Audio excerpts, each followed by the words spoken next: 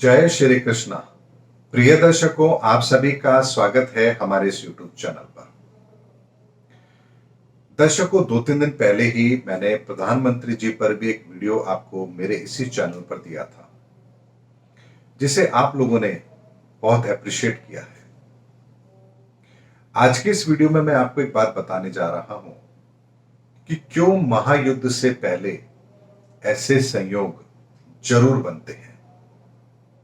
और यह बात मैं आपको ग्रहों के आधार पर भी बता रहा हूं और इतिहास की घटनाओं को भी मैं इसके साथ जोड़कर आप लोगों के सामने रखूंगा, ताकि आप ये बात अच्छी तरह से समझ पाएं कि जो घटना घटित हो रही है उनका संबंध किस चीजों से बन रहा है और भविष्य में ये हमें क्या परिणाम देने वाली है।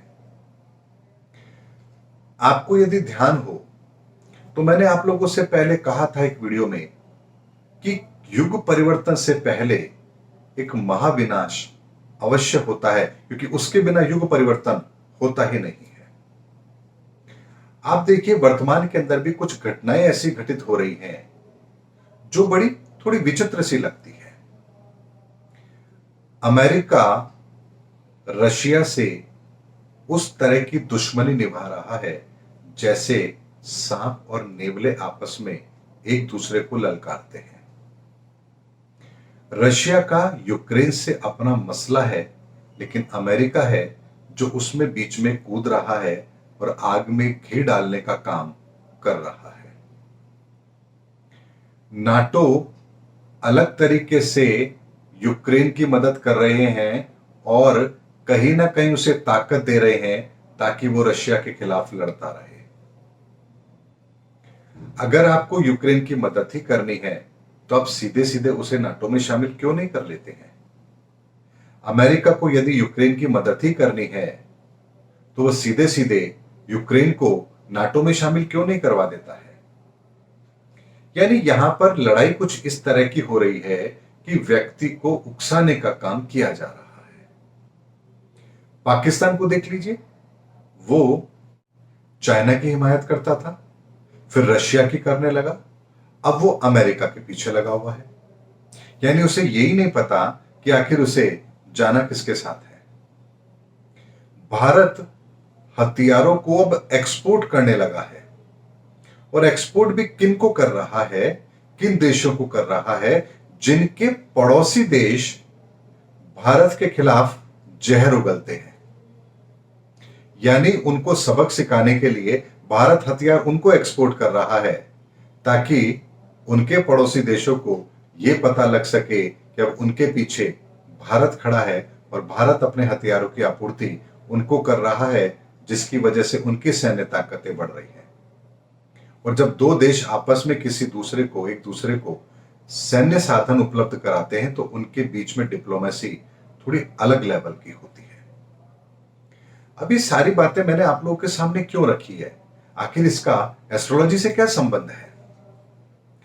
दर्शकों, इसका एस्ट्रोलॉजी से संबंध यह बनता है कि जब ब्रह्मांड में ग्रहों की परिस्थितियां बदलती हैं तो इंसान के विचार भी बदलते हैं, इंसान का एक्शन भी बदलता है। इंसान के एक्शन से उसकी नियति तय होती है और नियति से परिणाम तय होता है और परिणाम से घटनाएं घटित होती हैं। अब आप बताइए, महाभारत काल के अंदर लड़ाई कौरवों और पांडवों की थी। यानी हस्तिनापुर पर किसका शासन होना चाहिए, पांडवों का होना चाहिए या कौरवों का होना चाहिए, बात तो मात्र इतनी सी थी। लेकिन ऐसा क्या हुआ कि पूरे भारतवर्ष के सभी राजा उस युद्ध में शामिल हुए। यानी ऐसा कोई भी देश नहीं था जो उस युद्ध में शामिल ना हुआ हो। आखिर ऐसा क्यों हुआ? क्योंकि कहीं ना कहीं किसी न किसी व्यक्ति के साथ किसी राज्य के हित जुड़े हुए थे। वो हितों की पूर्ति के लिए उसको मदद कर रहा था और जाने अनजाने ये दुनिया दो भागों में विभक्त हो गई, एक वो जो कौरवों के साथ थे और एक वो जो पांडवों के साथ थे। इस समय पर भी वही इतिहास दोहराया जा रहा है।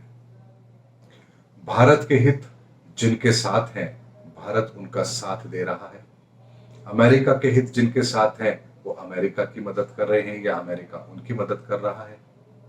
धीरे धीरे हमारे अपने पर्सनल हित हमें उस दोराहे पर ले जाकर के खड़ा कर देंगे इस पूरी दुनिया के सामने, जहां ये दुनिया आपको दो भागों में विभक्त होती हुई नजर आएगी। रशिया पर सैंक्शन लगाया अमेरिका ने, ऑयल के प्राइसेस को लेकर के परिस्थितियां बदली, ऑयल सप्लाई पर फर्क पड़ा, तो भारत ने अपने निजी स्वार्थों के लिए या निहित स्वार्थों के लिए कुछ दूसरा वैकल्पिक रास्ता अपनाया। हमने रशिया से जाकर के क्रूड ऑयल लेने के लिए एक समझौते किए। यह हमारा अपना हित था और यह हमें करना भी चाहिए था, लेकिन यह बात अमेरिका को अच्छी नहीं लगेगी।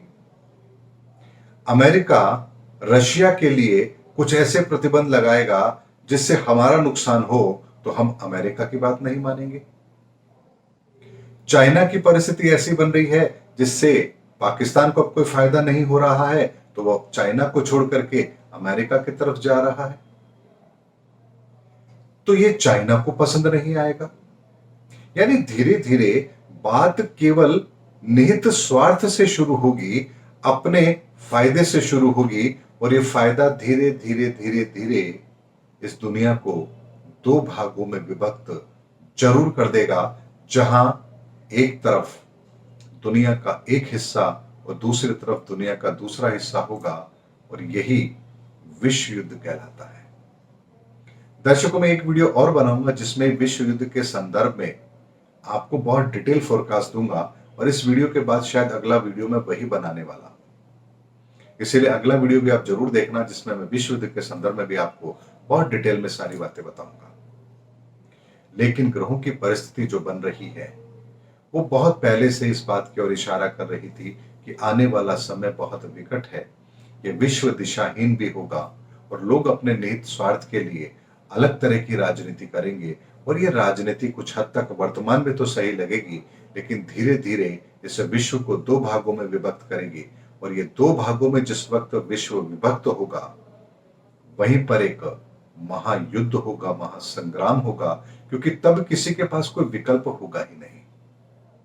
कहते हैं ना कि बात छोटी सी होती है, लेकिन बढ़ते बढ़ते बढ़ते इतनी बड़ी हो जाती है कि फिर वहां से अपने कदम पीछे हटाना संभव नहीं होता है। और ये घटनाएं हमेशा होती आई हैं। ये रामायण काल में भी हुई थी, ये महाभारत काल में भी हुई थी, और ये वर्तमान के अंदर भी होंगी, और यही विश्व युद्ध का कारण भी होता है। महाभारत काल के अंदर मैंने आपको उदाहरण से बताया कि कौरव और पांडवों के साथ में कैसे पूरी दुनिया उनके साथ लगी, तो रामायण काल में भी यही हुआ।